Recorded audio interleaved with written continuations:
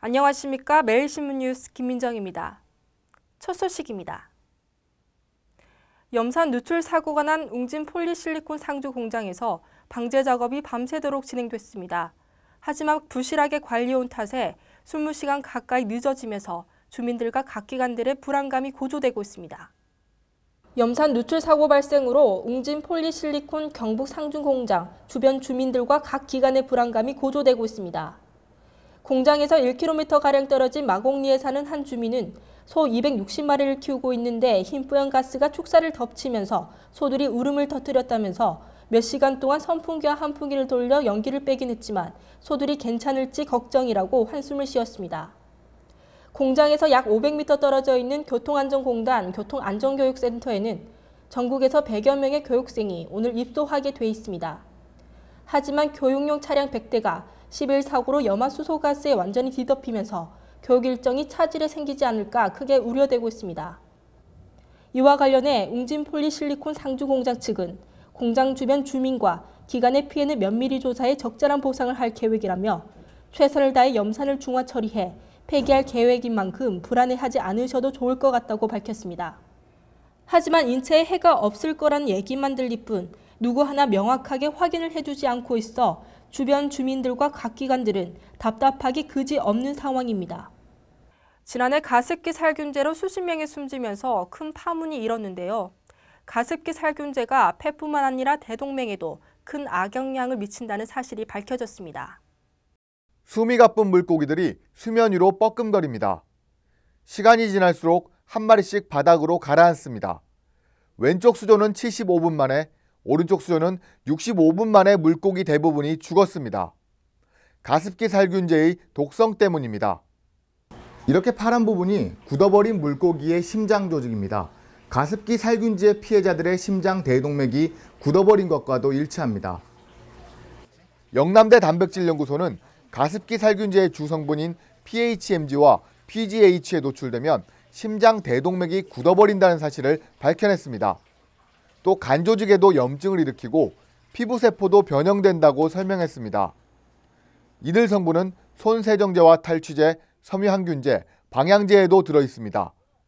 지금까지 가습기 살균제는 폐만 딱딱하게 굳게 만드는 것으로 알려져 왔습니다.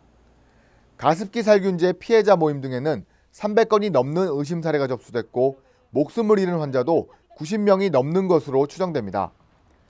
하지만 질병관리본부의 늑장 대응으로 정확한 피해 규모와 역학조사는 아직도 끝나지 않았습니다. 이런 연구 결과를 바탕으로 좀 더 다양한 독성에 대한 연구가 이루어져서 우리가 지금 사용하고 있는 제품들에 대한 안전성에 대한 가이드라인이 만들어지면 좋겠습니다. 이번 연구 결과로 살균제 제조업체와 보건당국에 대한 책임을 물을 근거가 마련될 것으로 기대됩니다. 매일신문 장성현입니다. 날씨가 좀 풀리긴 했지만 이번 겨울 한파 정말 대단하죠. 저체온증과 동상으로 응급실을 찾는 환자가 크게 증가했습니다. 올겨울 극심한 한파가 이어지는 가운데 보건당국이 이른 아침 야외 활동을 자제할 것을 당부했습니다. 질병관리본부가 한파 건강피해 사례조사, 표본감시 시범 사업 결과를 중간 집계한 결과 오전에 야외 활동을 하다가 저체온증이나 동상 등을 겪는 사례가 잦은 것으로 나타났습니다. 전국적으로 지난 한 달 동안 36명이 이런 한파 관련 질환으로 병원 응급실을 찾았습니다. 특히 4년 연속 1월 평균 기온이 떨어지면서 동상 환자가 급증했습니다.